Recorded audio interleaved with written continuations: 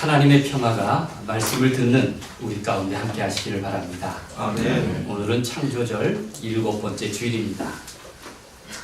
창조절을 봄에 지키면 더 뜻깊을 텐데 하필이면 왜 가을에 할까 생각해 봤습니다. 새싹이 돋고 꽃을 피우는 화려한 성장기가 아니라 단풍이 물들고 낙엽이 떨어지는 초라한 쇠락기에 우리가 창조절기를 보내고 있습니다. 이런 생각이 들었습니다. 모든 것이 시들어가는 그때에 오히려 하나님의 창조를 기억하라는 그러한 의미가 아닐까 생각해 보았습니다. 여러분도 공감하십니까? 어제 남한산성에 우리 색동교회에서 소풍을 다녀왔습니다. 지금 영화 남한산성이 상영되어서인지 많은 사람들이 그곳을 찾고 있었습니다. 인상적인 것은 여러분들이 몇 년 전과 달리 참 걷는 일에 건강해 보였습니다. 여러분들의 건강한 모습이 고맙고 감사했습니다. 가장 흥미로운 일은 우리 문화부장님의 제안으로 산행 중에 창조물 가운데, 우리 자연물 가운데 하나씩 찾아서 색동교회에서 나는 무엇인가 라는 과제를 수행하는 일이었습니다. 여러분, 쉽지 않은 일이죠. 그런데 참가한 분 모두가 다 자연물 가운데 하나씩 찾아내서 그것으로 자기를 표현했습니다. 예를 들어서 나뭇가지 아래 시든 꽃을 펼쳐놓고 한마디 고백하는 모습이 참 진지했습니다. 그 흔한 자연물 속에서 나를 비추어 보는 것은 얼마나 성실한 태도입니까? 아마 곧 색동 카페에 올라올 테니까 여러분들 한번 자기 자신도 참여해 보시기를 바랍니다. 창조절은 자연뿐만 아니라 사람과의 관계도 참 소중합니다. 새로운 관계를 회복하는 것입니다. 상처받은 사람들, 위로가 필요한 이들에게 더 많은 격려와 배려가 필요한 계절도 이 창조절입니다. 그래서 이런 노래도 있지 않습니까? 가을엔 편지를 하겠어요. 누구라도 그대가 되어 받아주세요. 누구라도 그대가 되어. 그래서 오늘 설교 제목이 내 기쁨의 그대여입니다. 내 기쁨의 그대를 또 나를 통해 사람들 가운데 찾아보기를 바랍니다. 빌립보서는 4편의 옥중서신 중에 하나입니다. 바울은 감옥에서 빌립보 교회의 형편을 생각하면서 연애 편지 같은 아주 따뜻한 사랑의 편지를 쓰고 있습니다. 바울에게 있어서는 빌립보 교회만큼 마음 가까이 존재한 교회는 없었습니다. 그래서 편지가 참 따뜻합니다. 바울은 빌립보 교회를 최소한 3번 방문했습니다. 빌립보 교인들은 바울에게 진실한 친구가 되었습니다. 바울은 이런 빌립보 교회를 향해 편지를 쓰면서 이렇게 부르고 있습니다. 4장 1절 말씀을 함께 읽겠습니다. 그러므로 시작. 그러므로 나의 사랑하고 사모하는 형제들, 나의 기쁨이요 멸류관인 사랑하는 자들아, 이와 같이 주 안에 서라. 우리가 엽서든 편지든 쓸 때 제일 어려운 부분이 첫 구절입니다. 어떻게 호칭을 할까? 어떻게 안부를 문안을 쓸까? 그저 첫 문장만 완성하면 나머지는 다 술술 풀리게 마련입니다. 사도 바울을 보십시오. 그러므로 나의 사랑하고 사모하는 형제들. 굉장하죠? 사랑하고 사모하는 형제들. 더 나아가서 나의 기쁨이요 멸류관인 사랑하는 자들아. 나의 기쁨이고 멸류관이라. 굉장한 애정 표현이 아닐 수가 없습니다. 바울은 이렇듯 빌립보 교인들을 향해서 그들의 영적 성장을 위해 또 사랑과 감사의 마음을 전달하면서 내 기쁨, 나의 멸류관, 내가 사랑하는 자들아, 이렇게 고백하고 있습니다. 바울이 빌립보 교인들을 향해서 멸류관이라고 부른 것은 아주 최고의 찬사가 아닐 수가 없습니다. 면류관이 무엇입니까? 올림픽도 그리스에서 시작되었습니다만 이 당시 헬라 사람들은 스포츠 경기를 아주 중요하게 생각했습니다. 면류관은 우승자에게 머리에 씌워주는 관입니다. 뭐 황금으로 만든 것은 아니고 올리브 잎사귀로 만들었습니다. 또 큰 기쁨의 제사 때 식탁에 초대받은 손님들에게 그 명예롭게 씌워주는 관이 면류관입니다. 면류관은 이렇게 경기의 우승자여 특별한 축제의 주빈이요 영원히 빛나는 상급과 같습니다. 그런데 빌립보 교회를 향해서 나의 기뻐하는 면류관이요 내가 사랑하는 자들이요 이렇게 높였습니다. 사실 생일 맞는 아이가 맥도날드의 친구들을 불러서 이제 생일 잔치를 할 때 앞에 반짝거리는 이제 황금 모자를 쓰지 않습니까? 종이 모자지만 얼마나 특별합니까?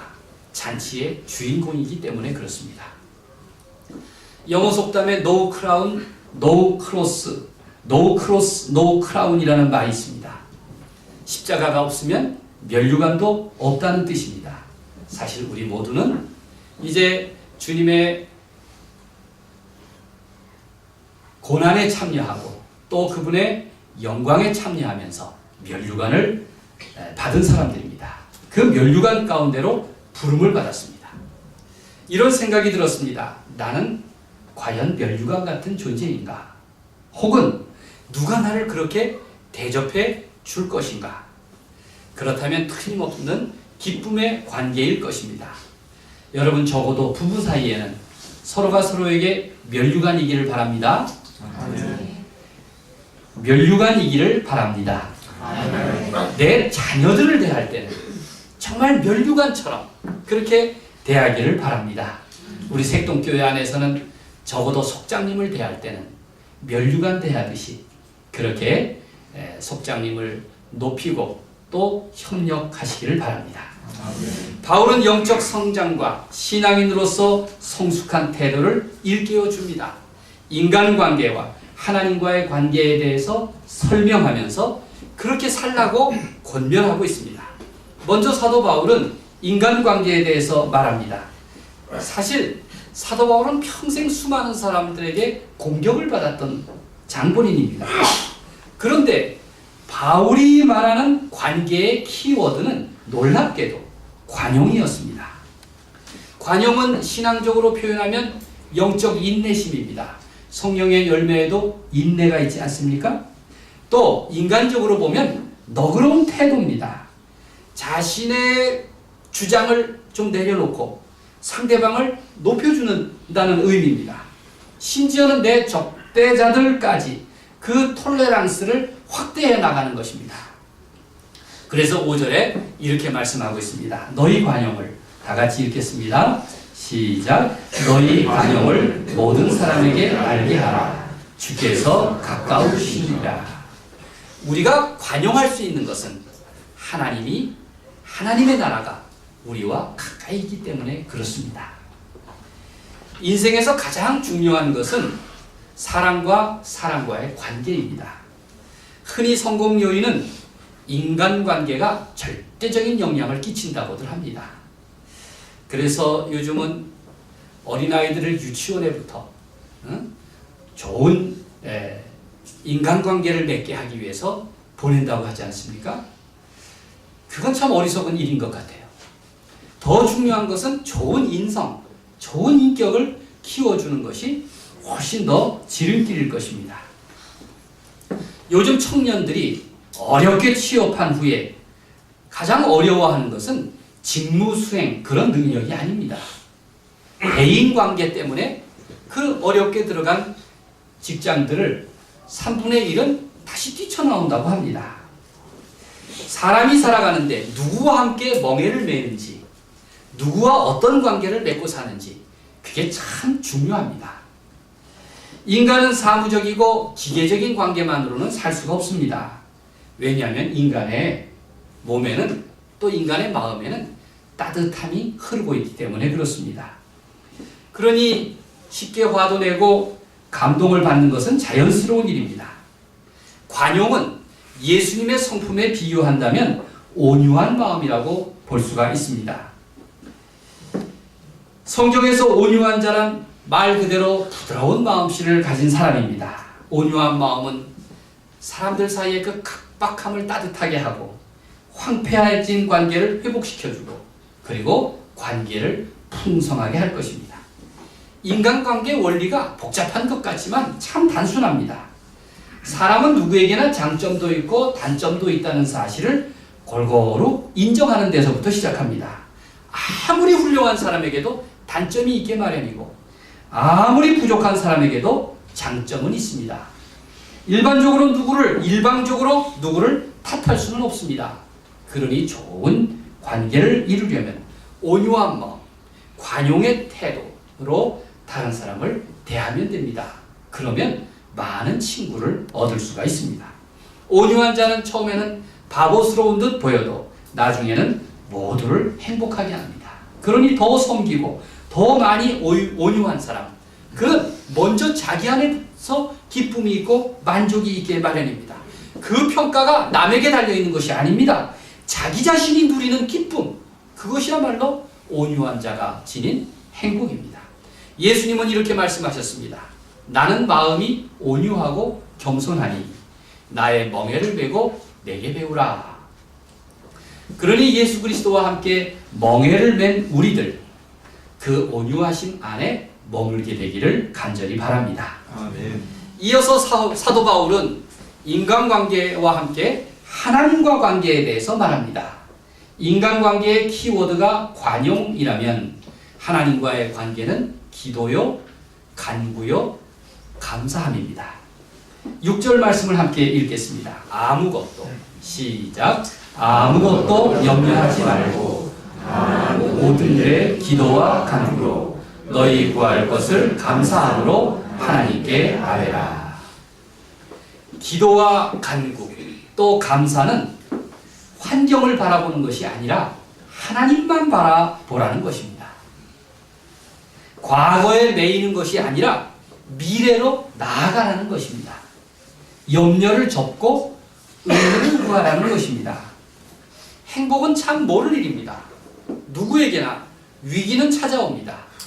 위기를 두 종류가 있다, 그렇게 분류하기도 합니다. 하나는 정상적인 위기이고 또 하나는 우발적인 위기입니다. 정상적인 위기는 당연히 찾아오는 위기니까 위기라고 볼 것도 없습니다. 예를 들어서 아기가 젖을 뗄 때 얼마나 불안해합니까?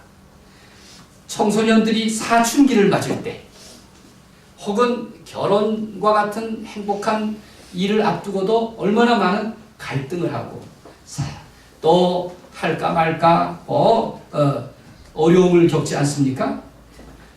나이가 들어서 그 시간에 맞춰서 정년을 한다든지 혹은 노년이 된다든지 누구에게나 다 닥치는 일들입니다. 당연히 올 일들인데 그러나 우리가 위기라 생각해서 정상적인 위기라고 표현합니다. 인생은 불완전하기 때문에 그 모든 단계들마다 위기를 피하는 일은 결코 쉽지가 않습니다. 그런데 우발적인 위기가 문제입니다. 비정상적이어서 예기치 않게 갑작스럽게 찾아옵니다. 직장에서 감원의 대상이 된다든지, 건강하게 산다고 생각했는데 암에 걸렸다든지, 혹은 사업에 실패한다든지, 교통사고를 당한다든지, 그런 피해를 입는 위기들은 또 누구도 안심할 수도 없지만 그렇다고 또 다 겪는 일도 아닙니다. 위기에 처한 사람들은 대체로 부정적인 반응을 보이게 마련입니다. 그런 부정적인 생각이 깊어질수록 삶이 더 파편화되고 산산조각이 날 수밖에 없습니다. 그렇다고 모든 사람이 다 부정적으로만 대응하는 것은 아닙니다. 오히려 위기가 기회다 라는 긍정적인 생각을 가지고 그 위기를 잘 다스려 나가는 사람들도 있습니다. 이를 극복하는 과정에서 사람들은 창조적인 삶을, 더 나은 창조를 경험합니다. 위기는 내 사정과 형편을 가려가면서 찾아오는 것이 아닙니다. 다만 위기를 관리하는 과정에서 인생은 성장하고 또 완숙해집니다. 위기는 언제나 배움의 기회가 됩니다. 빌립보서에서 가장 자주 사용하는 단어는 기쁨입니다. 기쁨. 바울은 주 안에서 기뻐하라 그렇게 말하고 있습니다. 성경에서 말하는 기쁨은 그때그때 조건과 환경, 분위기와 상황에 따라서 일어나는 일시적인 즐거움이 아닙니다. 외적 환경이나 물질적 여건은 항상 변하게 마련입니다. 그 기분에 의존한다면 사람이 피곤해서 어떻게 살까요? 참 변덕스러울 것입니다. 바울이 말하는 기쁨은 내적인 것입니다. 상황에 관계없이 조건과 무관하게 항상 언제나 어느 때든지 한결같은 기쁨을 말합니다. 4절 말씀을 함께 읽겠습니다. 주 안에서 시작. 주 안에서 항상 기뻐하라. 내가 다시 말하노니 기뻐하라. 우리가 어떤 상황에 처하든지 하나님이 너희와 함께 계신다, 너희를 위해서 일하신다 라는 그 믿음을 갖는다면 그리스도인은 항상 기뻐할 수 있다는 것입니다. 이 기쁨은 1차적으로 내게로 향한 것이지만 더 나아가서 내 기쁨이 다른 사람들에게 선한 영향을 끼칠 것입니다. 기쁨은 다른 사람에게 관용을 베풀 수 있는 힘이 생깁니다. 기쁨은 하나님을 향해서 기도와 간구와 감사를 드리게 합니다. 이러한 내적 기쁨을 간직하라고 그렇게 사도 바울은 말합니다. 무엇보다도 기쁨이라는 것은 염려를 없애줍니다. 여러분, 염려가 무엇입니까? 근심, 걱정, 염려 다 비슷한 뜻인데 염려는 이렇게 해석할 수 있습니다. 마음이 여러 방향으로 분산된 상태, 이게 염려라는 것입니다. 마음이 한 군데로 집중하지 않고 사방으로 흩어져 있는 겁니다. 마음이 사방으로 흩어지니 사람에게 관용을 베풀 여유가 어디 있습니까? 하나님께 감사드릴 마음이 어디서 생겨나겠습니까? 그게 염려입니다. 그 반대로 기쁨은 마음을 주 안에 머물게 하는 상태를 기쁨이라고 말합니다.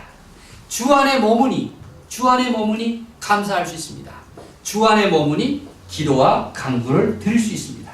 모든 조건과 상황에도 불구하고 하나님을 인정할 수가 있는 것입니다. 현재의 상황을 받아들이고 하나님의 역사를 지켜보면서 더 기도와 간구를 드릴 수가 있는 것입니다. 하나님은 우리에게 은혜를 허락하셨습니다.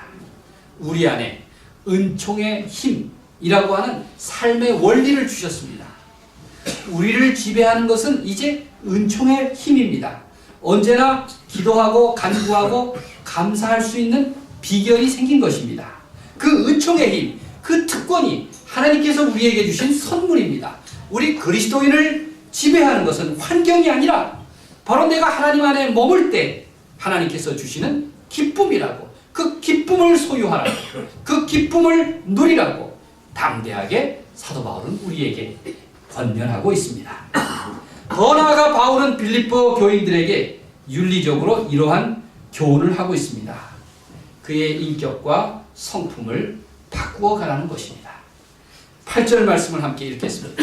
무엇에든지 참되며 시작. 무엇에든지 참되며 무엇에든지 경건하며 무엇에든지 오르며 무엇에든지 정결하며 무엇에든지 사랑받을 만하며 무엇에든지 칭찬받을 만하며 무슨 덕이 있든지 무슨 기림이 있든지 이것들을 생각하라.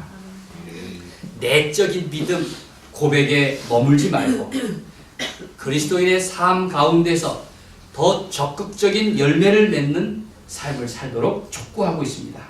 성령의 9가지 열매가 그 열매들 아닙니까? 위대한 스승 바울은 더 나아가서 자신을 본받으라고 말하고 있습니다.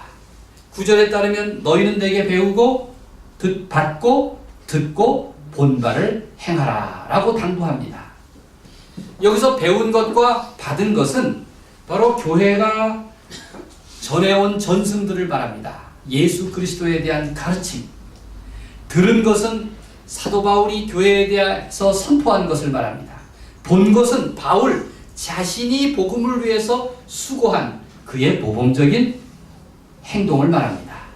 이렇듯 믿음과 삶, 신앙과 생활이 일치된 삶을 살 때, 즉 주 안에서 바로 행할 때에 하나님의 평강이 너희를 굳게 할 것이다. 평강의 하나님께서 너희 삶을 굳건하게 세워주실 것이라고 그렇게 약속하고 있습니다. 사실 바울은 지금 감옥에 갇혀 있습니다. 그는 사방에서 자기를 둘러싼 감시와 속박을 느끼고 있습니다. 많은 사람들이 그를 비난했습니다. 동시에 그는 고난과 시련 속에서도 영적으로 자유케 하시는 하나님의 보호 가운데 자신이 살아가고 있음을 고백하고 있습니다. 세상의 높은 벽이 나를 보호하는 것이 아니다. 하나님의 평강이야말로 인간의 이해로는 다 헤아릴 수 없지만 그러나 그 하나님의 평강이 나를 굳게 하신다. 그 하나님의 평강이 나를 굳세게 하신다. 그는 그렇게 고백합니다. 바울은 내 마음을 보초처럼 지켜주시고 내 가정을 파수꾼처럼 온전히 보호하시는 그 하나님의 평강을 기억하라고, 그 하나님의 평강이 우리와 함께함을 기억하라고 말하고 있습니다. 그러니 하나님의 손에 의지해라. 하나님의 평강이 더욱 그 마음과 생각을 지켜주실 것이라고 그렇게 약속하고 있습니다. 바울은 빌립보 교인들에게만 하는 말이 아닙니다. 지금 여기 우리를 향해서도 말씀하고 있는 것입니다. 여러분, 내게 주시는 말씀으로 귀 기울이십시오. 내게 가장 큰 기쁨이 무엇이냐고 물을 때 성경은 말합니다. 가장 위대하신 분이 나와 함께 하신다는 사실입니다. 성경의 초지일관된 주제 아닙니까? 하나님이 너희와 함께 하신다. 오늘 성경 구절 마지막에 그리하면 평강의 하나님이 너희와 함께 계시리라. 바로 이 하나님이 우리에게 샬롬을 주시는 주님이십니다. 그러니 당장 나 자신이 실패로 보이든 성공으로 느껴지든 거기에 좌우되지 말라는 것입니다. 행여 한두 번의 실패 때문에 마치 내 인생이 참된 가치가 부정되는 그런 어리석은 삶을 살지 말라는 것입니다. 또는 행여 성공이라는 아우라 때문에 내 연약함을 잊지 말라는 것입니다. 잠시 성공에 취해서 교만하지 말라는 것입니다. 실패와 성공이 전부가 아니기 때문에 그렇습니다. 4장 12절에서 사도 바울은 말합니다. 같이 읽겠습니다. 내가 궁핍함으로 시작. 내가 궁핍함으로 말하는 것이 아니니라. 어떠한 형편에든지 나는 자족하기를 배웠노니 라고 말하면서 13절에 내게 능력 주시는 자 안에서 내가 모든 것을 할 수 있다. 그는 그렇게 고백합니다. 지난주에 작은 교회 한마당을 위해서 세계의 십자가전을 준비할 때 제가 십자가 가운데 평화의 얼굴을 닮은 십자가가 뭘까를 찾아보았습니다. 평화의 얼굴을 닮은 십자가를 찾아본 까닭은 요즘 시국이니만큼 좀 평화를 주제로 한 십자가를 중심으로 전시하려고 했기 때문입니다. 아마 우리 사회에 걱정과 근심이 많으면 다음에는 기쁨을 주제로 십자가 전시회를 하려고 합니다. 이 십자가를 찾아봅니다. 어떤 것이 평화의 얼굴을 했을까? 그 중에 왕관을 쓴 십자가가 있었습니다. 제가 오래전에 체코에서 구한 것인데 보헤미안 십자가입니다. 예수님이 이렇게 팔을 벌렸는데 그 몸 자체가 십자가이고 머리에는 왕관을 썼습니다. 참 면류관을 쓰신 예수님의 모습이 고난에도 잘 어울리고 또 평화에도 다 잘 어울리더군요. 그래서 그 면류관을 쓴 예수님의 십자가를 이제 가장 주제가 되는 배너의 그림에 담아내기도 했습니다. 여러분, 면류관에도 고난이 있습니다. 면류관에 틀림없는 영광이 있습니다. 내 삶에 그러한 고난과 영광이 잘 어울려지는 그러한 대표적인 삶, 그런 삶을 살아가는 여러분 되시기를 바랍니다. 어제 소풍에서 돌아와 설교를 마무리하면서 이런 생각을 계속했습니다. 그 흔한 자연물 속에서 나를 비추어 보니 참 그 성찰이 얼마나 귀한가. 사람들은 전부 남이 보는 남이 보는 나를 가지고 스스로 평가를 합니다. 자족하기도 하고 원망하기도 합니다. 그러나 남이 보는 내가 결코 전부일 리가 없습니다. 또 내 눈에 비치는 그 사람의 모습이 또 전부도 아닙니다. 결국 하나님 안에서 나를 들여다보는 것이야말로 얼마나 소중한 태도입니까? 그런 은총의 눈으로 보면 나는 얼마나 존귀한지 하나님이 나를 알아주시는 분입니다. 그래서 나는 면류관 같은 존재로 살아갑니다. 우리 그리스도인의 의미는 하나님의 면류관으로 산다는 것입니다. 주 안에서 성품이 바뀌고 인격이 바뀌고 삶이 바뀔 수 있습니다. 스스로 할 수 있는 게 아닙니다. 주 안에서 가능합니다. 무엇보다도 이러한 기쁨의 영성이 내 삶을 지배하도록 하십시오. 평화의 영성이, 그 평화의 영성이 여러분의 삶을 이끌게 하십시오. 나를 면류관으로 받아주시고 기뻐하시는 그 하나님의 사랑과 평강이 나를 좌우하게 하십시오. 그리하여 내 이해를 초월하시는 하나님의 평강이 언제나 내게 은총을 베푸시기를 우리 주님의 이름으로 간절히 축원드립니다.